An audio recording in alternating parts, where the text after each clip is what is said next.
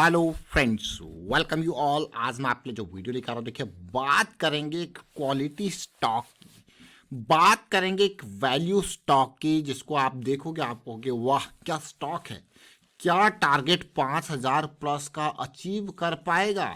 ये स्टॉक लंबी दूरी का स्टॉक है, मार्केट में पकड़ है और अपने सेगमेंट में बहुत बड़ा प्लेयर है। यानी कि अब धीरे धीरे करके ये लार्ज कैप की कैटेगरी में प्रवेश करता हुआ ये स्टॉक, तो चलिए समझते हैं डिटेल में। और बहुत इंपॉर्टेंट मोड़ पे ये खड़ा हुआ है स्टॉक, तो समझेंगे डिटेल में। और आगे बढ़ने से पहले मैं आपको बता दूं, अगर आपने अब तक चैनल को सब्सक्राइब नहीं किया तो जल्दी से सब्सक्राइब कर लें, बेल आइकन को प्रेस कर लें, जिससे आपको नोटिफिकेशन आती रहेगी। और प्राइस एक्शन सीखने के लिए आप ज्वाइन कर सकते हो मेंबरशिप ज्वाइन बटन पर क्लिक करके।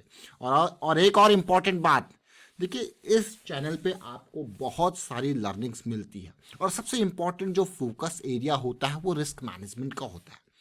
स्टॉक मार्केट में अगर आप एक भी रुपया इन्वेस्ट करते हो तो भाई वो भी जो है उसमें भी रिस्क है। तो इसलिए रिस्क की प्रॉपर प्लानिंग, रिस्क को कैसे मैनेज करना है, इसके ऊपर सबसे ज़्यादा काम किया जाता है। तो चलिए सीधे डिटेल में चलते हैं, स्टॉक को समझते हैं, बहुत कुछ सीखने को आपको मिलेगा। और ये स्टॉक जरा देखिए, ये स्टॉक ट्रैक्टर हो, हाई पावर ट्रैक्टर हो, छोटा ट्रैक्टर हो, आज की डेट में इंडिया के अंदर आप देखोगे तो मशीनरी बढ़ती जा रही है। और आप देखिए जो मैं कहूँगा जो मैनुअल काम था वो कम होता जा रहा है, और इस तरीके से बड़ी बड़ी मशीन्स का यूज़ करके, टेक्नोलॉजी का यूज़ करके जो है आगे बढ़ा जा रहा है, चाहे वो खेती के सेगमेंट में हो या फिर इंडस्ट्रियल सेगमेंट में हो। तो ये देखिए ट्रैक्टर के जो बड़े बड़े टायर्स हैं ना, वही उसी की बात करने वाले हैं।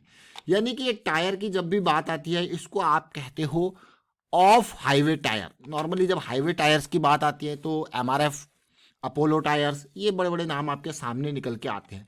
लेकिन जब ऑफ हाईवे टायर की बात आती है तो एक ही कंपनी आपके सामने आती है, वो है बालकृष्णा इंडस्ट्रीज। कौन सी है? Balkrishna industries limited. Market capitalisation 42,000 crore का हो चुका है, करंट प्राइस 2,200 का है, प्रॉफिटेबिलिटी, रेवेन्यू ग्रोथ बहुत ही बेहतरीन ग्रोथ है मैं कहूँगा, आप देख सकते हो। 2011 में 2,000 करोड़ का रेवेन्यू था, तो आज की डेट में 10,000 करोड़ के पास पहुंच चुका है। 2011 में देखिए, अब रेवेन्यू के कंपैरिजन में प्रॉफिटेबिलिटी देखिए, ये देखिए 200 करोड़ का भी प्रॉफिट नहीं था, आज ये 1,400 करोड़ के पार का प्रॉफिट है। बहुत इंपॉर्टेंट बालकृष्णा इंडस्ट्री। अब यहीं तक नहीं, जैसे हमने टायर्स की बात करी, अब जरा ये देखिए, ये चाहे आप जेसीबी मशीन्स देखिए, लोडर देखिए, एक्सकेवेटर्स देखें, स्किड स्टीयर देखें, ये सब जगह पे बड़े बड़े टायर यूज होते हैं, ये इंडस्ट्रियल वाले।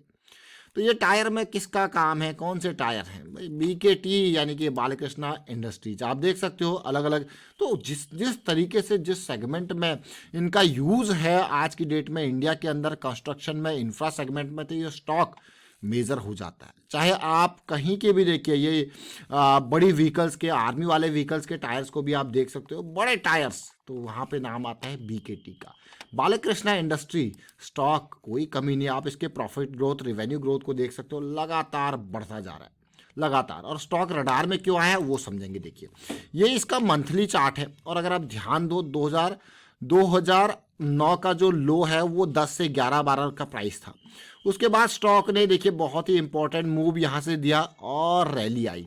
अब ध्यान देना, देखिए हम आपको बार बार यही कहते हैं कि भाई जब आप लॉन्ग टर्म इन्वेस्टमेंट की बात करते हो तो बड़े टाइम फ्रेम को जरूर समझें, ये बहुत इंपॉर्टेंट हो जाता है। देखिए यहाँ पे देखिए लिक्विडिटी सूप, करेक्शन रिजॉल्व हुआ, पहला करेक्शन देखिए रैली, फिर ये देखिए correction rally, correction rally, correction rally, correction, और देखिए रिजॉल्व हुआ और बढ़िया रैली देखने को मिली। देख रहे हो इस पार्ट को? तो पिछली रैली जो 2020 वाली थी वो बस एक देखिए पूरा, अगर आप देखोगे ओवरऑल यहाँ 2008 के लो से लेके यहाँ तक अगर आप देखोगे तो ज़्यादा टाइम कंसोलिडेशन में लगा हुआ है। देख रहे हो, हर बार एक 1.5 साल का कंसोलिडेशन होता है, और रैली में कितने 3-4 महीने में, वो पूरा 4-5 महीने के अंदर देखोगे रैली, और अब फिर से वो करेक्शन चल रही है।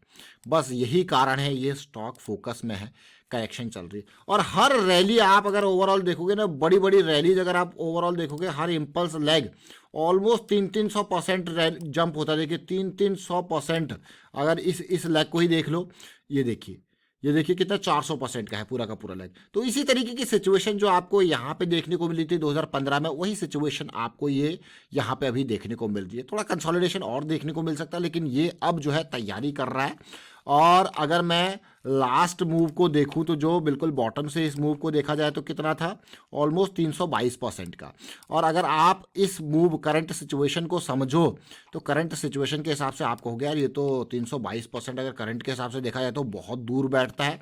अगर आप ओवरऑल देखोगे तो ये 5000 अगर इस लेवल इस लो से देखोगे तो कहीं ना कहीं आपको दिखेगा ये 5000 से भी ऊपर बैठेगा, 6000 7000 की रेंज।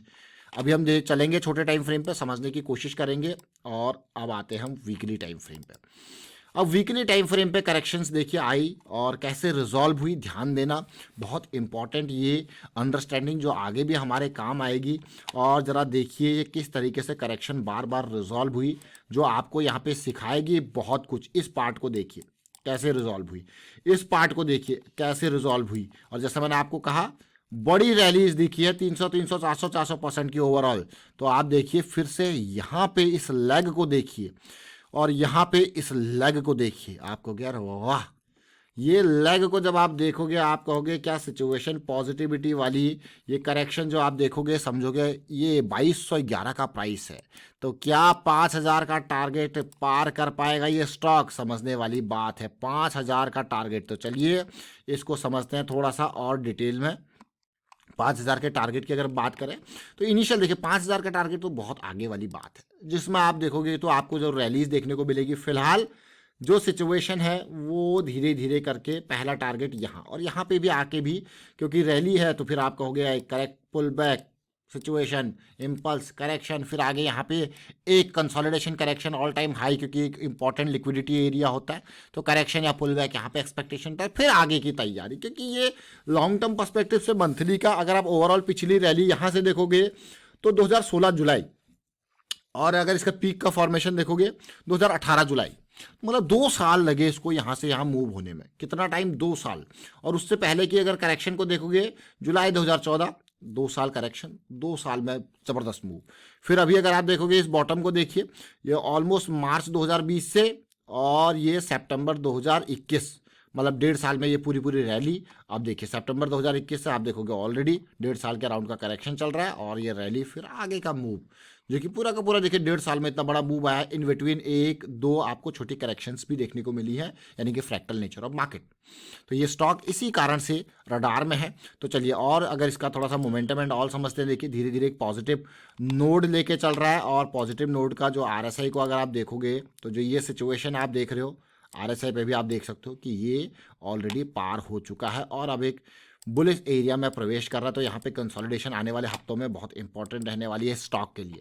तो चलिए और छोटे टाइम फ्रेम पे समझते हैं। डेली पे चलते हैं, बुलिश साइकिल को समझेंगे। बेयरिश साइकिल स्टार्ट हुई, बुलिश साइकिल की रैली आप देखिए कितनी बड़ी रैली थी। ये लेवल देख सकते हो बुलिश साइकिल के यहाँ पे 842 का ये लेवल देख सकते हो। बेयरिश साइकिल जब स्टार्ट हुई 2200 का, अब फिर से बुलिश साइकिल स्टार्ट हो रही है 2200 से। देखिए तो काफ़ी इंपॉर्टेंट ये बालकृष्णा इंडस्ट्रीज का स्टॉक आप जरा देखिए किस तरीके से MACD RSI का, बिल्कुल। तो ये छोटा स्टॉक नहीं बल्कि लार्ज कैप का स्टॉक है, बहुत इंपॉर्टेंट ये स्टॉक। 40,000 करोड़ का मार्केट कैपिटलाइजेशन और अपने सेगमेंट में टॉप का स्टॉक है। तो बस यही कारण है ये स्टॉक रडार में आया है। और रडार में आने का एक और आप देख सकते हो प्राइस एक्शन।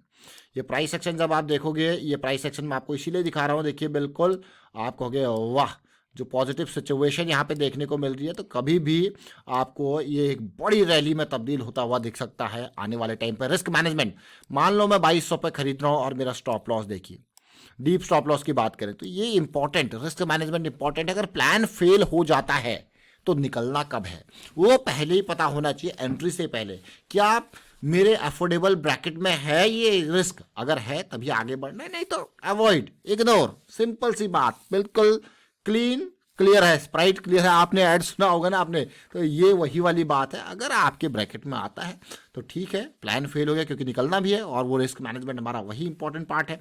वाइंड अप करता हूं इस वीडियो को और उम्मीद करता हूं आपको समझ में जरूर आएगा। वीडियो अच्छा लगा तो शेयर जरूर कीजिए, लाइक कीजिए। प्राइस सेक्शन सीखते रहे, प्रैक्टिस करते रहे, रिस्क मैनेजमेंट के बारे में अवेयरनेस भी स्प्रेड करते रहे। Thank you for watching the video.